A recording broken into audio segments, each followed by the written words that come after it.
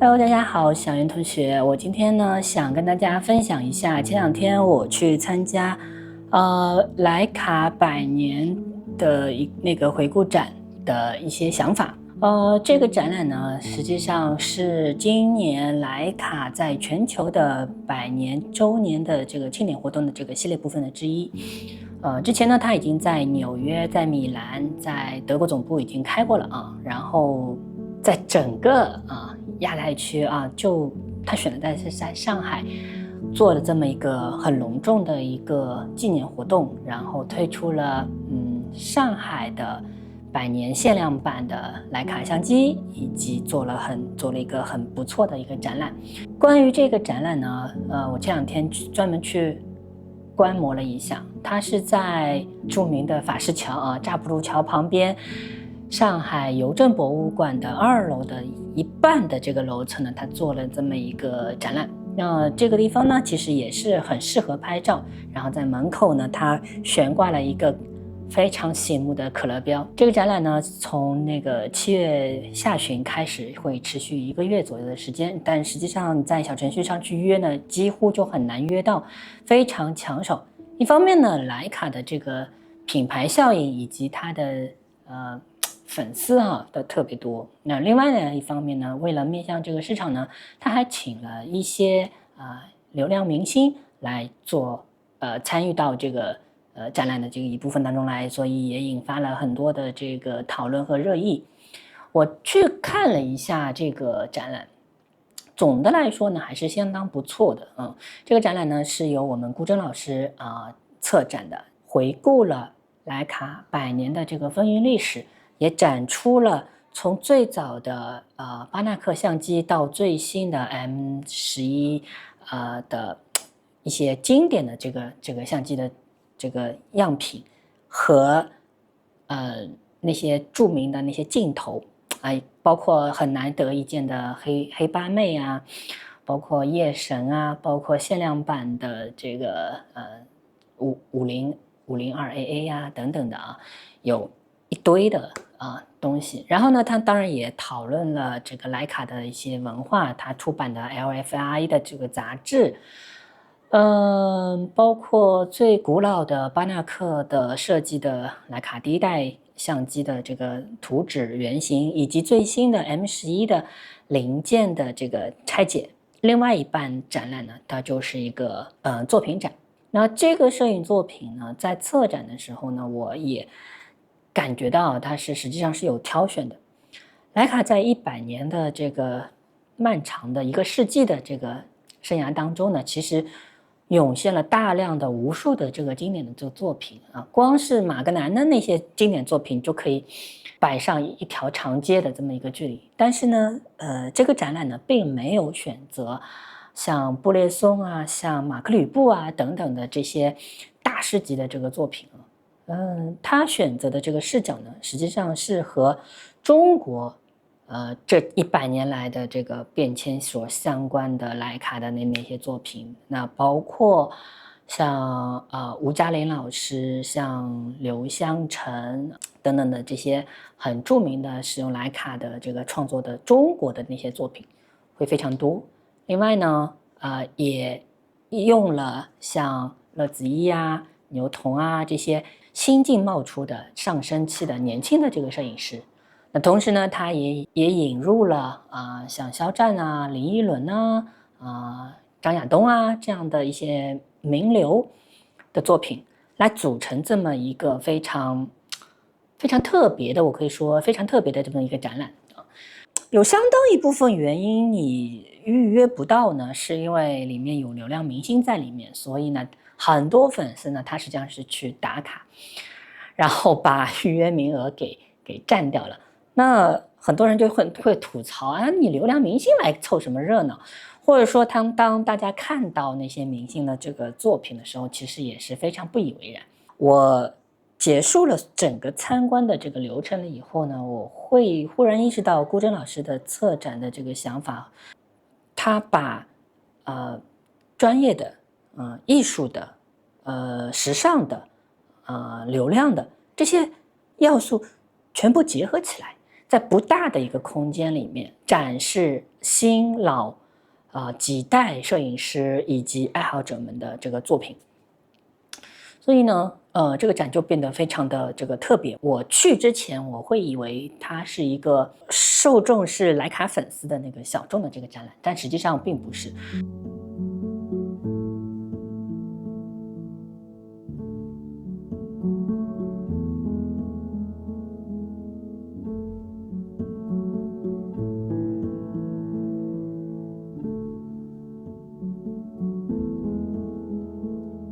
大家又会注意到，徕卡现在没有那么想象中那么保守。它虽然已经100年了，但它一直在锐意进取、激进的去改革它的这个产品。它推出了徕卡 Q、徕卡 SL， 然后不断的在革新徕卡 M。它的3条这个产品线以及其他的相关的这个设备，真的是思路非常清晰，战略非常明确，定位也非常的精准，然后他坚守自己独有的影像文化的这个传统，来坚持自己的这个影像这个作品，它的产品的这个创新和创造。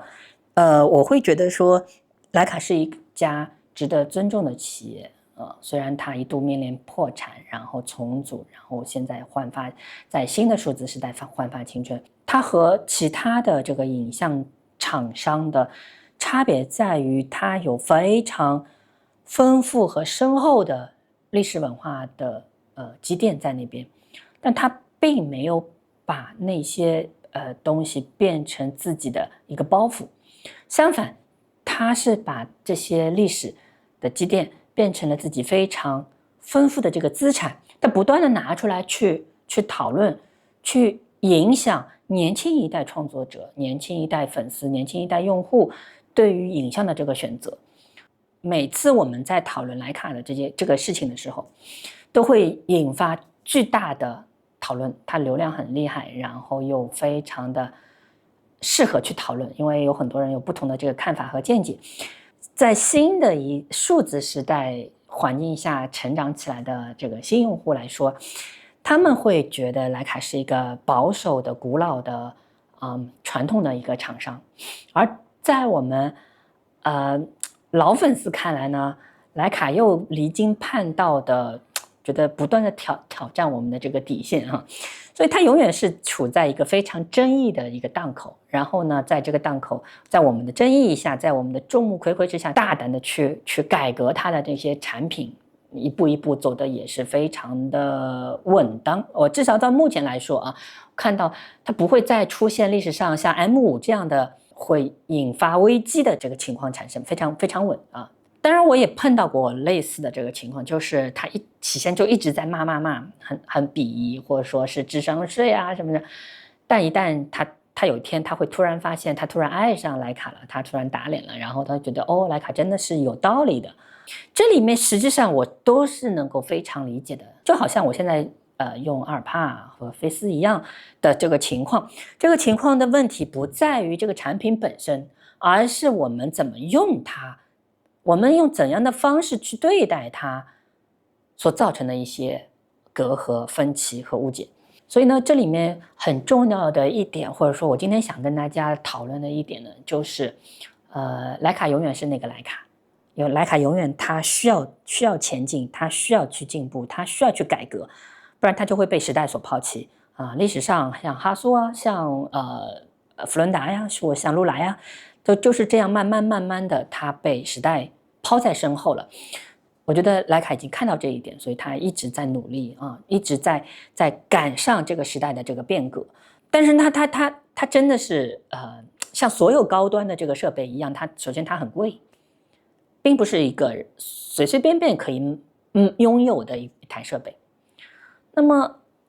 我们怎么用它？我们怎么使用它，我们怎么使用它去创作，来展现自己的这个表达，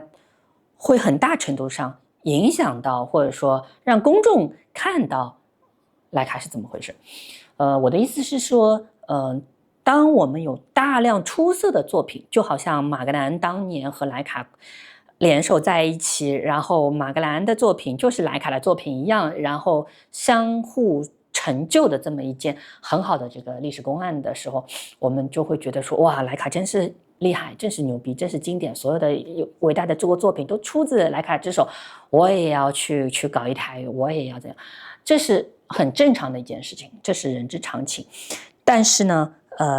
慢慢的，随着我们现在影像文化的泛滥，我们每天拍摄那么多的这个图像，真正优秀的作品其实是非常非常凤毛麟角，而且我们现在选择特别多啊，我们有一堆的相机可以被选择，我们并不一定要去选择徕卡，我们现在是用手机就能拍出很棒的这个作品的时候，那徕卡对我们还意味着什么呢？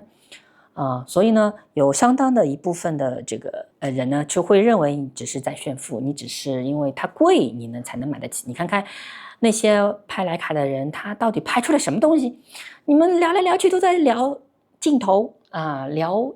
产品，在聊硬件啊，聊指标啊，到底你们出了些什么东西啊？所以这一次的徕卡百年回顾展，它策展它选用的其实是。我们很多都是那个当代的或者说现代的一些作品，这些作品呢，它反映了徕卡在新时代里面的创作者的所具备的一些看法和观点，所以呢，只要你认真去看呢，你会发现它一样是非常优秀的这个作品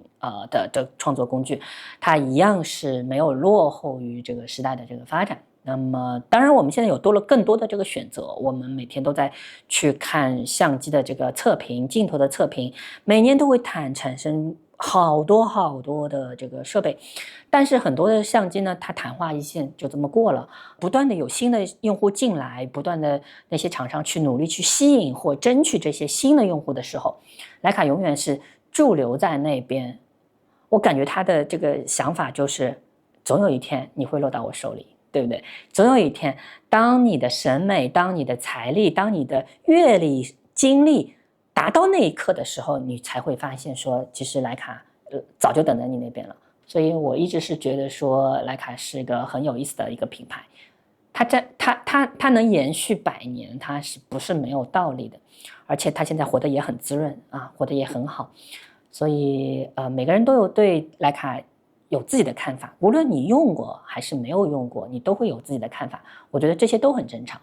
所以呢，看完徕卡百年展特别是非常感慨的是，它在亚太在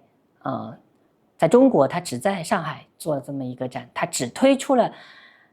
100台限量版的刻了上海的名字的这个。我作为一个土生土长的上海人，我非常的荣幸，我也非常的自豪啊！当然，我也非常的开心啊！以至于虽然我买不起那台相机，我自己在我的 M9 上面我也刻了一个上海，来附和一下徕卡100年的这个风雨历程，也感谢徕卡在